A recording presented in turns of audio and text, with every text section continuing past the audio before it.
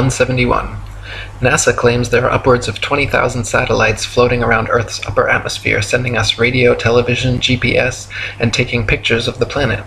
All these supposed satellite pictures, however, are admittedly composite images edited in Photoshop. They claim to receive ribbons of imagery from satellites, which must then be spliced together to create composite images of the Earth, all of which are clearly CGI and not photographs. If Earth were truly a ball, with 20,000 satellites orbiting, it would be a simple matter to mount a camera and take some real photographs. The fact that no real satellite photographs of the supposed ball Earth exist, in favor of NASA's ribbons of composite CG imagery, is further proof that we are not being told the truth. Let's talk about satellites. We've already discussed how there are no pictures of the Earth, so are satellites even real? Not likely. Ground towers are built all over the world and are more than adequate to relay our television, radio, and cell phone service. All GPS is done through land-based towers, and things like Google Earth are taken with high-altitude planes, and most of them are just done with cars on street level. Did you know that satellites were actually invented by Arthur C. Clarke, the science fiction author? I didn't know that. they shortly became science fact after that. The geostationary satellite, look it up. It was created by a science fiction author. And then within a decade, NASA claims to have sent a real one up there, and ever since then, that's where we get all our communications from. So if satellites were real, we would constantly hear stories of them being hit by meteors or comets, and that doesn't happen. No one's ever lost their direct TV feed during the Perseids meteor shower because one of the meteors knocked out one of the satellites. Doesn't happen, it's never happened, and it won't happen. And that to me tells me there is no satellites. You would constantly be worried about them, and you would constantly hear about them having something happen, and it's so rare that you hear that. 166. The geostationary communications satellite was first created by Freemason science fiction writer Arthur C. Clarke and supposedly became science fact just a decade later. Before this, radio, television, and navigation systems like LORAN and Decca were already well established and worked fine using only ground-based technologies. Nowadays, huge fiber optic cables connect the internet across oceans, gigantic cell towers triangulate GPS signals, and ionospheric propagation allows radio waves to be bounced all without the aid of the science fiction bestseller known as satellites. 167.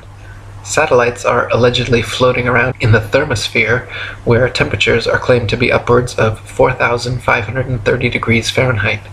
The metals used in satellites, however, such as aluminum, gold, and titanium, have melting points of 1,221, 1,948, and 3,034 degrees respectively, all far lower than they could possibly handle. 168. So-called satellite phones have been found to have reception problems in countries like Kazakhstan with very few cell phone towers.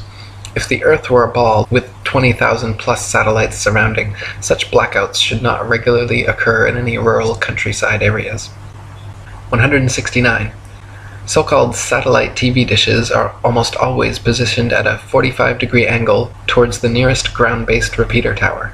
If TV antenna were actually picking up signals from satellites 100 plus miles away in space, most TV dishes should be pointing more or less straight up to the sky. The fact that satellite dishes are never pointing straight up, and almost always positioned at a 45-degree angle, proves they are picking up ground-based tower signals and not outer space satellites. 170.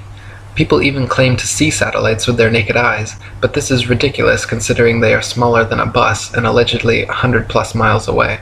It is impossible to see anything so small that far away. Even using telescopes, no one claims to discern the shape of satellites, but rather describes seeing passing moving lights, which could easily be any number of things, from airplanes to drones to shooting stars or other unidentified flying objects. What about satellites and GPS? As crazy as it may sound, satellites are a hoax. Have you ever wondered why there are never any damaged or fallen satellites? And why there are no satellite malfunctions due to constant heating and cooling? It's weird they don't melt in the thermosphere that's over 2,000 degrees. I find myself looking at the moon and wondering why we never see satellites pass by the moon. Did you know there are thousands of miles of fiber optic cables under the seabed that supplies 90% of the Earth's communication, internet, phones, etc.? And GPS works off of cell phone towers. It's called triangulation. Haven't you seen those really tall towers and wondered what they are? Satellite TV is just enhanced radio using ground-based towers. It's all ground-based, just like the old TV antenna. Science fiction author Arthur C. Clarke proposed the idea of geostationary satellites in 1945 in a magazine called Wireless World.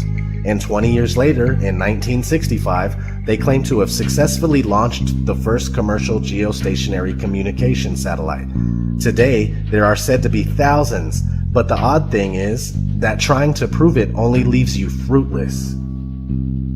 All you have to do is lie on your back on a moonless night and look around carefully. Yeah, occasionally you'll see something that looks kind of like a star, but it's moving. It's moving a little fast too, and that's actually a satellite. Now, I do accept that you can look up into the night sky and see what we're told are satellites. I've done it myself. I've seen bright lights moving across the sky, but I have no idea what those things are. In this video, you can see several large, bright objects. However, none of them appear on any satellite tracking applications. When you look up at a jet airliner flying at 35,000 feet, you can only see it as a small dot. So how is it if something the size of a jumbo jet is rendered as a small dot at about 5 to 7 miles up, that you can see a satellite which is the size of between a car and a school bus at 100 miles away? You just wouldn't see it.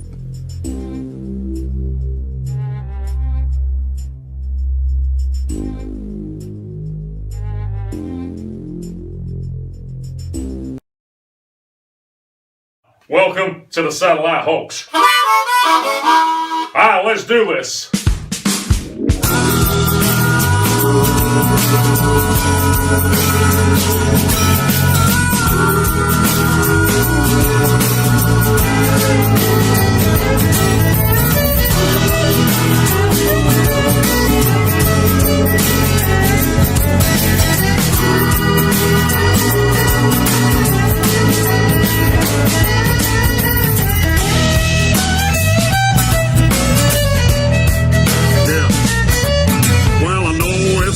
Hard pill to take when somebody says that satellites could be fake. But don't you find it a little suspicious that you can't find any real satellite pictures? It might be hard to believe, but maybe we're wrong field to see. Yeah, maybe. Listen up.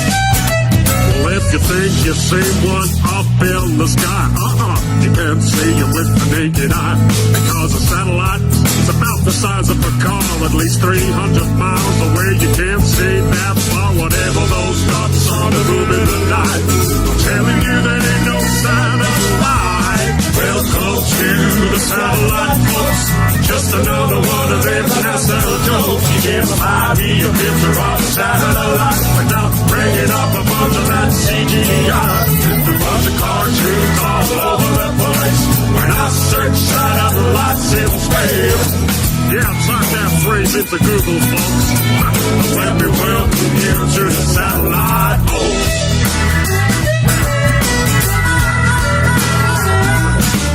Now before all of y'all start getting pissed, I ain't saying that satellites don't exist.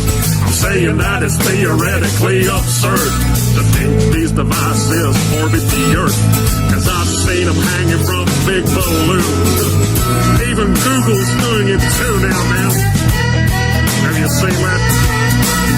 Yeah, go check out Project Moon. And every now and then a satellite crashes, but that information never gets to the masses, 'cause then you'll find out how these things really work. They're just on balloons, man. They don't orbit the Earth. 'Cause once upon a time, one crashed in Brazil with the balloon attached to it still. Welcome to the satellite folks. Just another one of them SL jokes. You give me a picture of a satellite without bringing up a bunch of that CGI. Just a bunch of cartoons all over the place. When I search satellites in space. Yeah, type that phrase into Google, folks. Let me welcome you to the satellite host.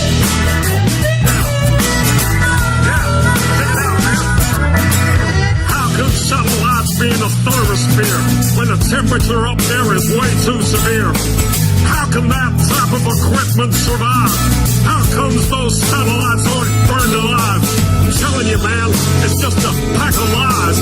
There ain't no orbit satellites because 99% of our communication comes from undersea cables and cell tower stations. A GPS is ground-based too, man.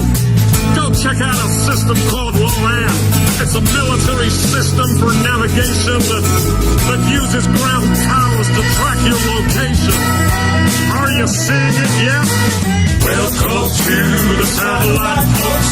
Just another one of them SL jokes. You give me a picture of a satellite without bringing up a bunch of that CGI. Just a bunch of cartoons all over the place. When I search satellites in space. Yeah, type that phrase into Google, folks. Let me welcome you to the satellite host.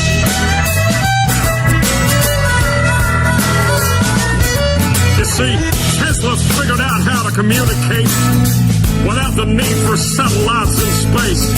It's mostly ground-based towers, you see, and that's how you get your satellite TV. They've monetized what Tesla made for free with their fake satellite industry. It was Arthur C. Clarke that theorized these things, the sci-fi boxes with solar wings.